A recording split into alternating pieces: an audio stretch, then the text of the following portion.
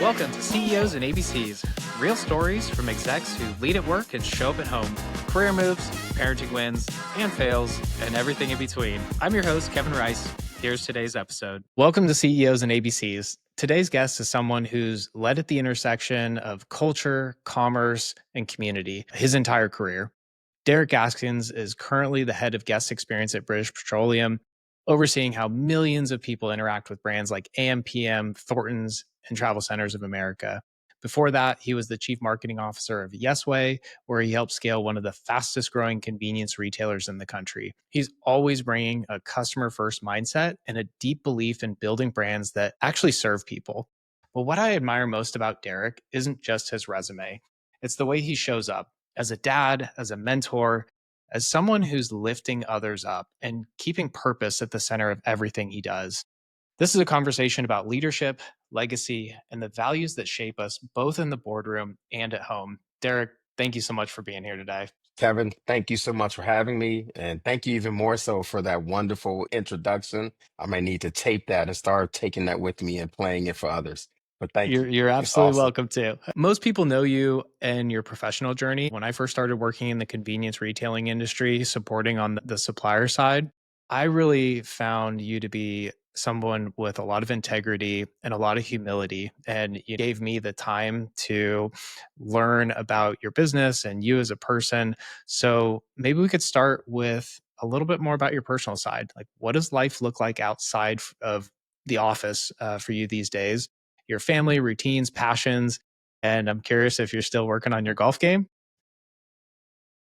Absolutely. And you know, that last one got a long way to go still, but yes. Personally and passions, they tend to intersect sometimes, right? I mean, I would say God and family, as most folks would, but faith and family mean a lot to me and everything that it entails. So when people say what my hobbies are, I'm always, well, my kids' hobbies are my hobbies, or my kids' activities have become my hobbies. And then there are some things that I still bring a passion to that were my passions when I was younger, or things that I've gotten into like golf or hunting as I've gotten older and have access to it, right? So certainly personally, I am in the midst of acclimating to Louisville. I just moved from Marblehead, Massachusetts to North Shore of Boston and have uprooted our lives once again. My wife jokes and she always tells me every 3 to 5 years, she gives me that look of, hey, are you about to uproot or are we too comfortable? Because that's a dangerous word in my household. I seek out discomfort. I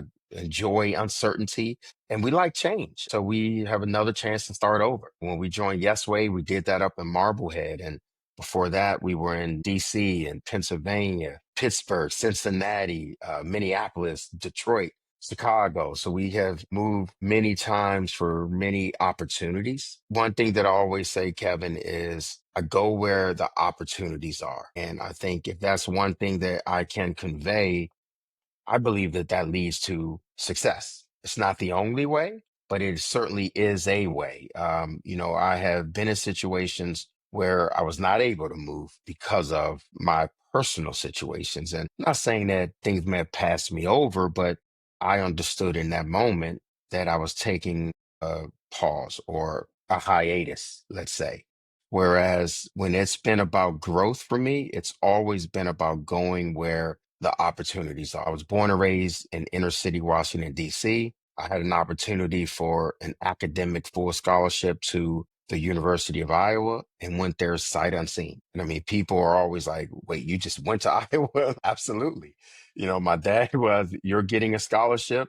They have bet on you. You bet on yourself and you go out there and you make it happen and didn't even need a visit. My visit was being dropped off with all my stuff by my parents and them turning around and leaving. And I've always looked at it that way. So when opportunities have come up, I was working on Wall Street and living the New York life and at Goldman Sachs, but found that marketing and merchandising was my passion. Had an opportunity to join P&G and go down to Cincinnati. And I remember at the time, all my colleagues at Goldman were like, you're nuts. Why would you ever leave New York to go live somewhere like Cincinnati? And I mean, to this day, that's probably the best place we've lived. I mean, both of my kids were born there. We lived on the Kentucky side. So talk about life coming full circle. Now we're back in Kentucky where both of them were born. But we have some of our best friends, dearest, longest friends, and we just have a deep network in that region. So I've always subscribed to that. Go wherever the opportunity takes you. Yeah, and a lot of things I want to ask about there, but you were at Yesway for nearly 7 years. When you Exactly. made the leap to BP recently, was it an easy yes, or did you have to, let go of something? Was there any sort of emotional process associated with that transition? Yeah, this is hard. You almost gonna make me cry, but yes, it was hard. I'm gonna be real. It was one of the hardest things that I've ever done, and that's for a couple of reasons. First would be my team. I actually felt like I helped build Yesway.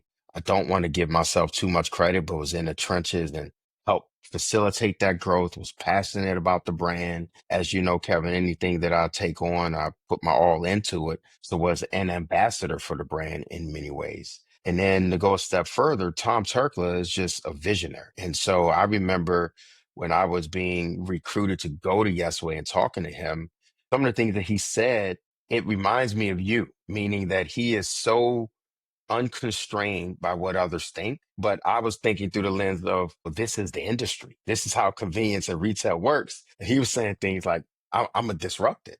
I'm going to launch this chain and build 500 stores and no one's going to stop me. And I'm looking at him like, is he crazy? Does he understand how hard it is? Some of these family brands, at that time I was with Rudders, right? So I'm like, Rudders has 100-year history of building this brand.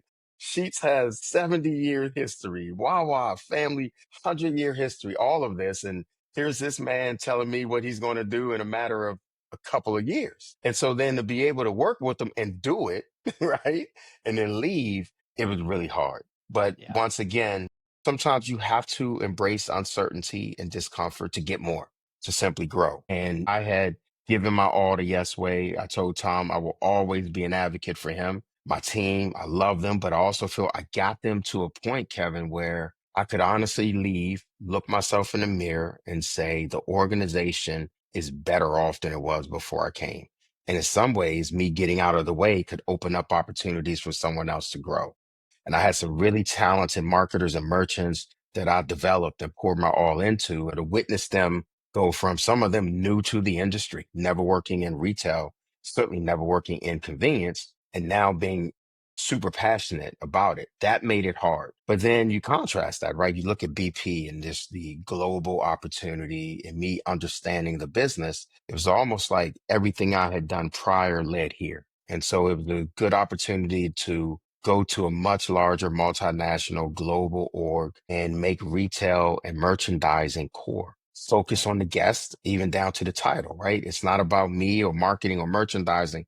It's the experience that the guest has in the stores. They recognize that. They knew they needed to get someone that was passionate about retail to come in and help. And it's a world-class team. I mean, every day I go to work, I'm surrounded by some of the brightest, sharpest people that I've ever worked with. And while they may not understand convenience the way I do, there's other things that I look at and I'm learning from them. So that rekindled me. Not that I was resting on laurels by any stretch, but 7 years in a row and you kind of reach what the goals were a couple years ago. 3, 4 years ago, we reached what Tom's crazy, wild vision was at that time that put me off. And I remember one night my wife and I were sitting on the deck and I said, hey, it wasn't linear, but everything that I set out to do or that we thought we could do with Yes Way, we've done it. So now let's go do something else. That's amazing. I had kind of a similar experience when we sold Hathaway to Bounteous. Spent a little bit of time transitioning, but one of the thoughts that was important and in the forefront of my mind was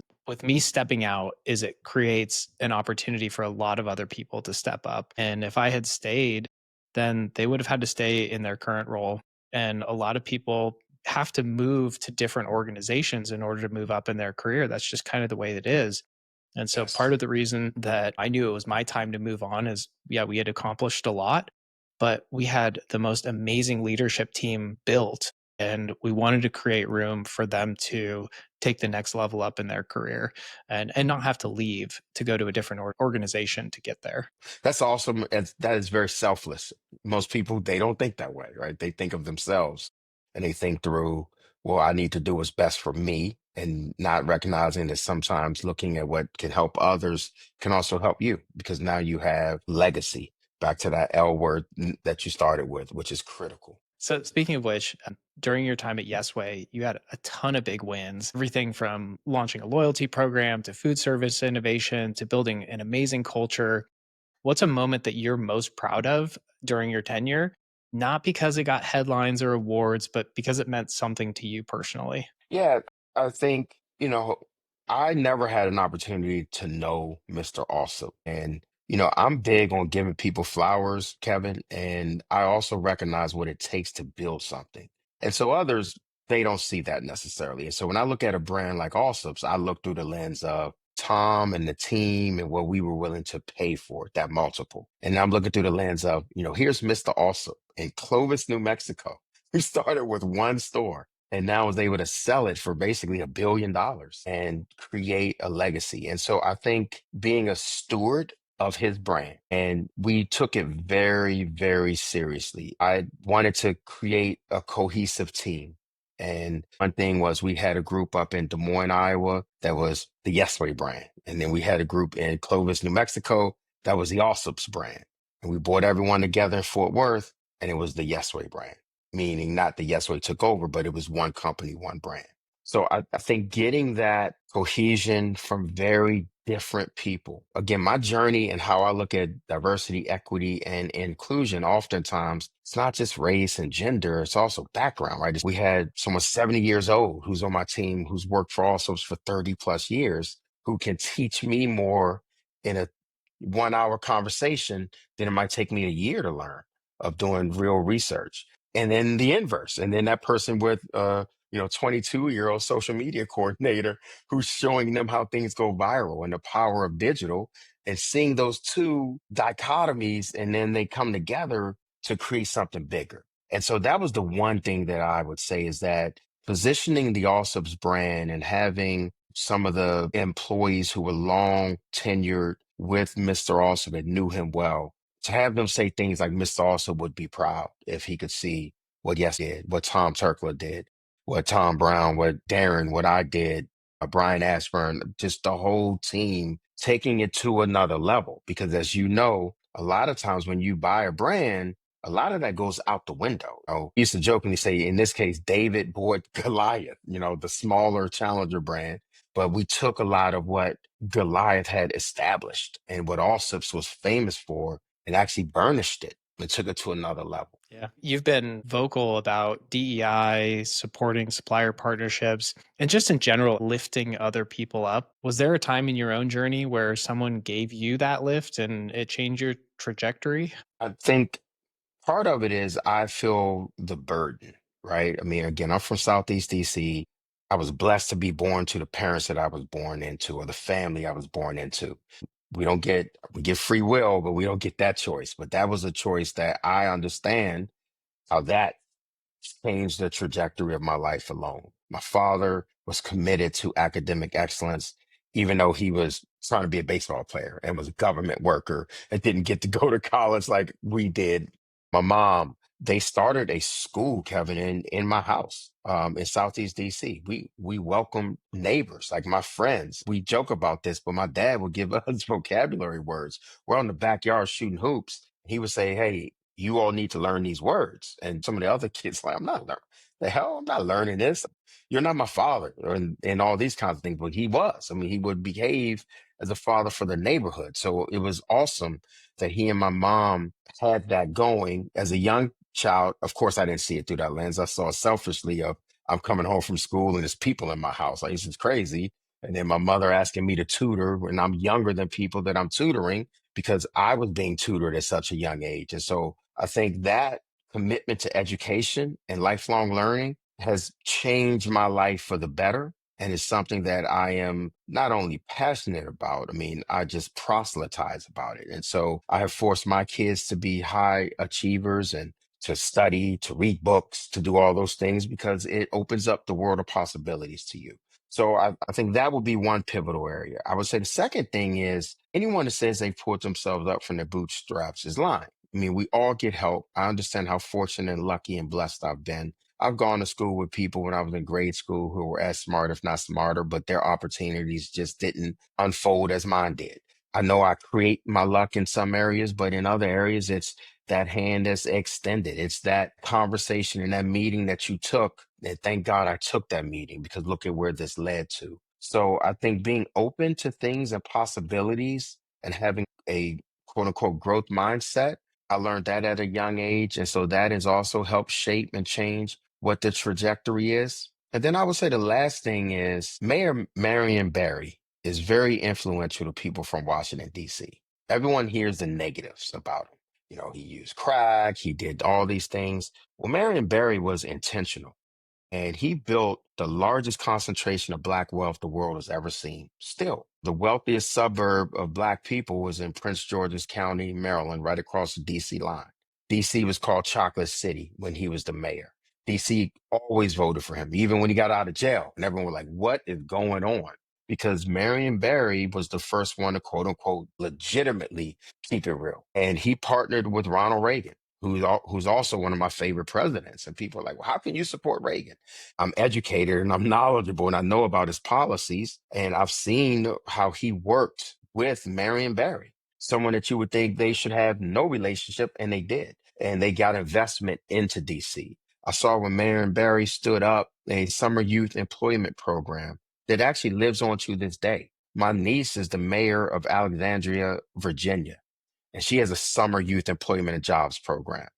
And in DC, that was one of my first real jobs. I remember if you were between 13 and I think it went all the way up to 20 or 21, Aaron Barry got Marriott, all the DC based corporations, Hilton, Annie Mae, Freddie Mac, you name them, Geico, to commit and say, we will hire inner city youth and give them life skills, on the job training. And Kevin, that changed my world. And it changed a lot of worlds. I mean, there are thousands of people from that area who will point and say that job, that exposure to a professional setting as a young teen changed the trajectory of my life. So I wanted to give some flowers there because I think being from DC has given me that drive, that energy, that passion, that kind of hustler's mentality. But Marion Barry was a mayor that embodied it, and he was so authentic, reached across party aisles, was always advocating to help seniors, to help children. Now, when I look at the state of our world, there's no one like that. We don't have leaders who are honest. Yeah, he was flawed. He had more moral issues, all kinds of people jumping out of the hotel. The FBI was in the walls and set him up, all of that. But the good that he did lives on. And for every person, there's thousands of people just like me and my friends that will tell you that it changed their lives. Yeah, and that's legacy. And when you mentioned your daughter, I saw you light up there. I remember golfing with you a couple years ago, and the way you spoke about your son with just so much pride. I think he was still early in college doing track meets. I remember you talking about him growing up and, becoming a man in front of your eyes. How has fatherhood changed how you show up as a leader? It's an awesome question, man. It has certainly tempered me and given me more patience. Everyone says that parents need patience, but as you know, as a leader, we don't have a lot of patience. And so, from a professional standpoint, I remember even early on, like my wife would sometimes check me on that and just say, hey, we're not your employees. We don't work for you. You know, you can't come home and try to change stuff. We have a system here. So it's like, okay, let me back off a little bit. And then I think to your second point, honestly, witnessing them become adults. And it's not just that they have opinions and minds of their own, but it's sometimes the wisdom that comes back from them. It's like, wow, I'm really blessed. I can sit there and say, I parented and I did that, but that's not me. That's their innate self that's manifest. And as a parent, to see that is absolutely beautiful. And I remember my mom was really proud to the point where it was embarrassing, right? It was always like, Mom, stop telling my business, everybody. Or come home from Iowa and everybody would know everything about me, who I was dating, if I joined a fraternity, what my grades were. I mean, everything. I was like, do you have no shame? And now I find myself being that same way where my kids are just like, Dad, I'm like, I'm proud of you. I'm sorry, but it's mind blowing to see your growth. And it's not that I'm bragging, but I am bragging because I'm very much impressed with the humans and adults that they have morphed into. I honestly think personality is more innate than people give it credit for. because my kids have been their way since they were babies. I can see aspects of my daughter, and she's 25 now, that when I saw that when she was 2 or 18 months old, or with my son when he was 1, or he's 21 now, grown man, and same way. So many of the characteristics just evolved and adult, and the good is really shining. And I think that's where you see some of that pride from. Yeah, absolutely. With having such a prolific career, presumably a lot of high pressure positions, or I imagine there was a lot of pressure at the positions that you held. How did you manage to stay connected with your kids as they were growing up? And what did that teach you in the process? Yeah, that was a constant battle. And I think in some ways, the wisdom of our elders is something that all of us can model. I remember being a child and always hearing children should stay out of grown folks' business. So when they were young, I made sure that they stayed out of grown folks' business, meaning my work, stress, pressure. Don't bring that home. If you have a bad day, leave that on the commute or leave it in the garage. And that's real. I mean, I have to decompress, and I'm sure you go through the same thing, because when you come home and your kids were little, there's no greater feeling than you open that door and you hear daddy, and there's excitement. So that can change any day from bad to good.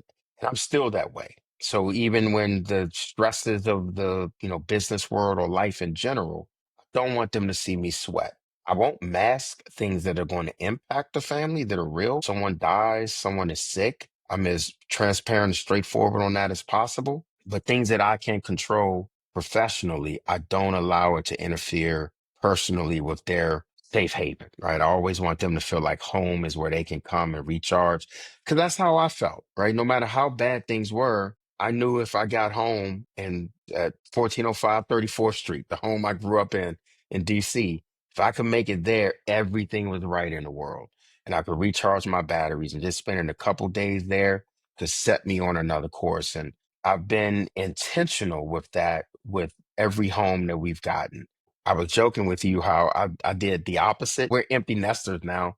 Most people downsize, but we were in Massachusetts. We were already downsized in a really small place, but we were close to the beach and it was walkable. We loved it. So we loved Marblehead. But we come to Louisville and, I have a couple of acres. We have a bigger home. And one of the rationales, and someone told me this years ago, they said, you want the home where your kids will not only want to come to, but when they have kids, they want to come vacation there. And so I made sure we have a pool and they have space. And it's like, you're always welcome here. I'm not that kind of parent that, hey, when you're 18, you get out of my house, you're grown. They'll always be my babies. They'll always be my kids. And I'm intentional and purposeful about that. And if it embarrasses them, so what? You're mine. I think that gives them that safe space that they can put their hair down. And while they're in their young careers and trying to figure things out, they know they can come and talk about those things with me too. Yeah, I feel that when I'm having a hard time, maybe kids are having some big emotions or throwing a temper tantrum. Exactly what you just said goes through my mind is you are mine and I am yours. We're in this life together. And it usually can help me be grounded and help them weather a storm when they're having those big emotions. Absolutely. We talked about balance, and balance is a struggle. I still struggle with it today. I really struggled with it during the height of my career. And then in the past, we've talked about, and I've seen you post about having the courage to say no. And I think that applies both in career as well as in your personal life. Curious, when you reference that idea of having the courage to say no, are there specific moments that come to mind for you where you chose to Yeah. say no? That's a great question. Yeah. And I think that's some of the seasons that I talk about, right? And so Yesway for me, I went there 7 years ago, but I could not have done that when they were younger. So I knew going into Yesway, I had to work harder than I've ever worked. I had to travel 52 weeks a year, and I had to quote unquote possibly miss things. But I had gotten them to a point where they were in college. So I was in a season where I could do that. Prior, I had to say no to some things like that because, whether it was the Wall Street hustle life and just saying, you know what, your job is your life. And I want a commitment from you 20 hours a day. And me saying, well, I have a family and I'm not, I had the courage to say, no, that's not the life I want. I think the worst thing is when I look at some people who are super successful, the fear that used to keep me up, Kevin, and I'll share this as a executive and leader, is when their kids and their family hate them. And I used to always say, what's the point? What are you doing it for if the people who you honestly are doing it for despise you? So I think that fear has always grounded me. And then I've looked at seasons of life. And so when my kids were really young, I talked about we were in Cincinnati, as a brand manager at P&G, great season. They were young, go to Montessori schools. My wife could then stay at home, be uber dedicated to them and live that, suburban lifestyle. We're just driving them around. When they got probably, let's say preteen, but even let's say post-toddler age. Some of my concerns around lack of diversity in the environment that they were being raised in were concerning. And so I had to get very conscientious. And I went to NAX, and my mom was sick. NAX was in DC, and I wanted my kids to be in DC, to be exposed to things that they were starting to get challenged and questioned on in Cincinnati. And then when we moved to Pittsburgh, especially in Pittsburgh, when we lived in some of those suburbs. And I was consumed with work. I was a Giant Eagle. I was a Gecko. It was amazing. I loved it. But they were not getting diverse experiences. They were getting stereotypical, almost borderline, just overt racist things that were happening that my son at that time was almost, I want to say he was 6 or 7. And I remember looking at my wife saying, I have to get him out of this. Like, this can't be how he's raised. I can't have him not having self-confidence or questioning texture of his hair, color of his skin, wondering why is he the only one who looks a certain way. And in some ways, I think that benefited them because they can adapt, meaning we went from almost maybe it was 95% white in the neighborhood that we were in Pittsburgh and their schools. We moved to inner city Washington, D.C. And my wife, I remember looking at me and getting angry at one point saying, we don't want to be your social experiment. Like, what the hell? Because we went to 100% Black. And it was the K through 8 school that me and my siblings all went through, St. Francis Xavier. I'm right on the corner of Minnesota Avenue and Pennsylvania Avenue in Southeast DC. And they didn't have the resources that the schools in Pittsburgh had or the schools in Cincinnati had, but they had love, they had self-pride, they taught history, and I mean real history about pharaohs and not just Black people from slavery, just everything. And that changed my kids' outlook. I think it changed how they perceive the world and how they interact with others. And then, of course, they got older. And then my daughter, I put her in one of the top independent all girls schools, Houghton Arms. And that just took her to a whole nother stratosphere. And then my son went to the Matha, Catholic all boys school there. Same thing, sports powerhouse and all of that. And when they graduated, and in my son's case, he was the one who had to suffer. He switched his sophomore year and we moved up to Marblehead. And Marblehead, again, he's probably one of a handful of Black people in the whole school. So he goes from one extreme to the other, but has thrived in all of them. And when I look at my life through that same lens, when I was graduating from high school, I had a full scholarship to Howard that was in DC. And I remember my mom saying, "You're not going to Howard. I'm getting you as far away from DC as possible." And I'm looking at her like, what?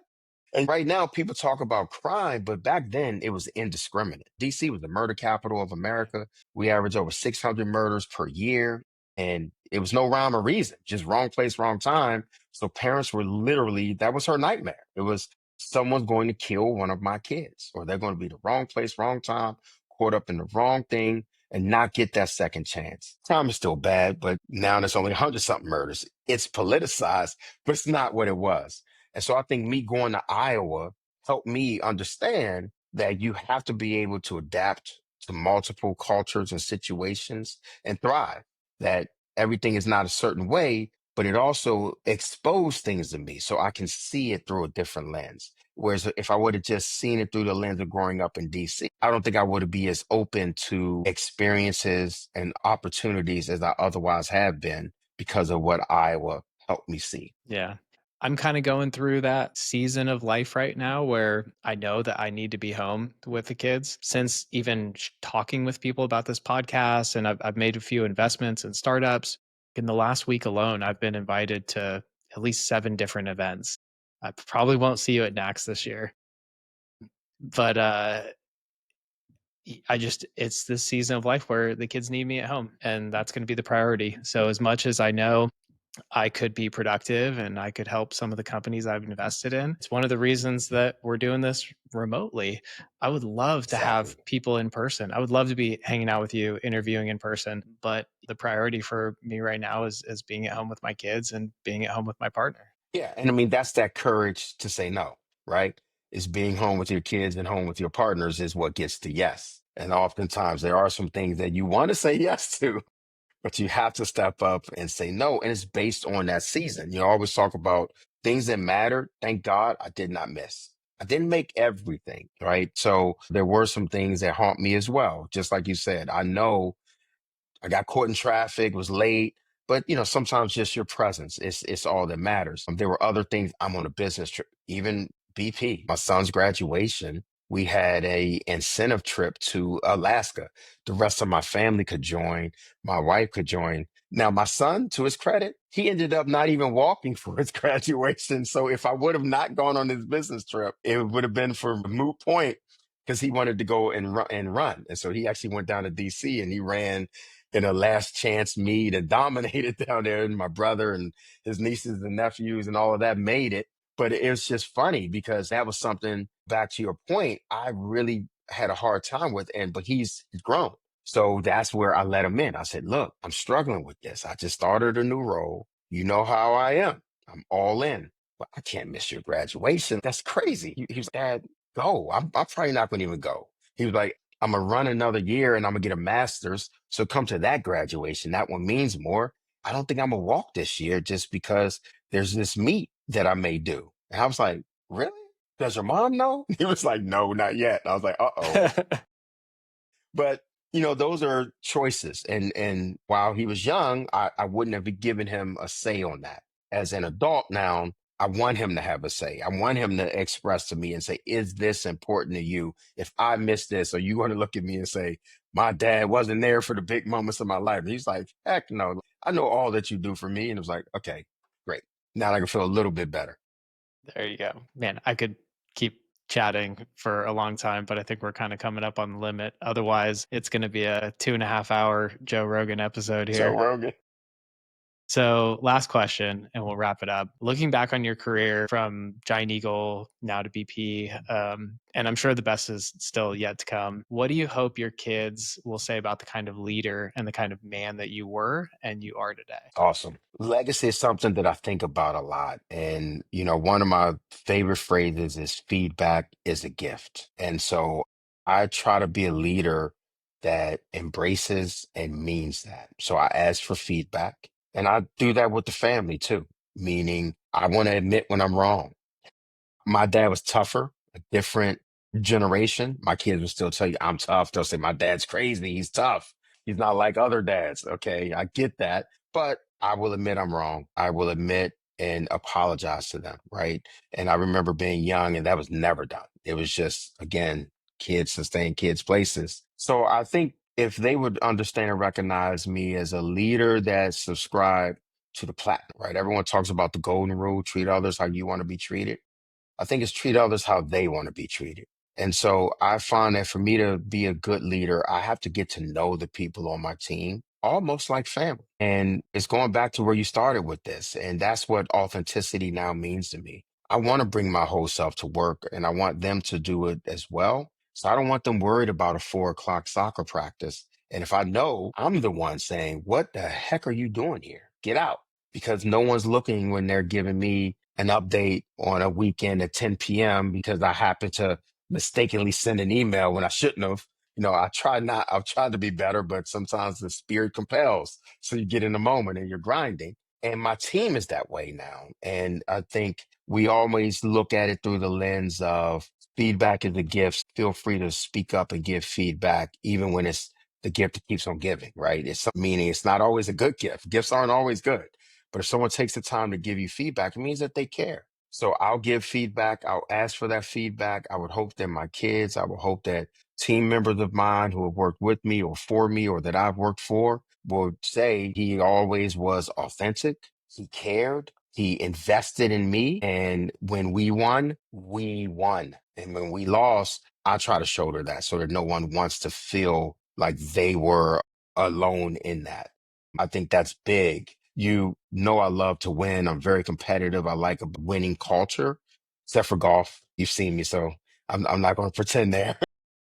My golf game is horrible, but in everything else, I mean, why do it if you don't want to be the best? Why do it if you don't want to, win? And so I always say people want to work for a winner, they want to play for a winner, they want to be a part of a winning organization. So I try to get that culture where it's fun. And, if you're going to work hard and work your tail off, it should at least be fun. You should celebrate your W's and your victories. Absolutely. Derek, thank you so much for being here today. I just know you as such a fantastic, brilliant, business minded person. I know this because I've been on calls with you and I've seen you talking to your leadership team and leading meetings, but you're also just such a fantastic human. Your values are very strong. You lead with them and you're very heart centered. So I really appreciate you being one of my first few guests here on the podcast. And when I do get back out there, I'll look forward to spending some time in person. Absolutely. Thank you so much, Kevin. The feeling is beyond mutual.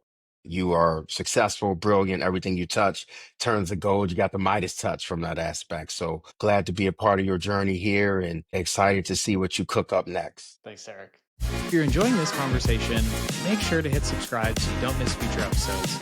CEOs and ABCs is all about helping you grow in your career and show up at home. We've got many more amazing guests coming up, so tap follow and stay tuned.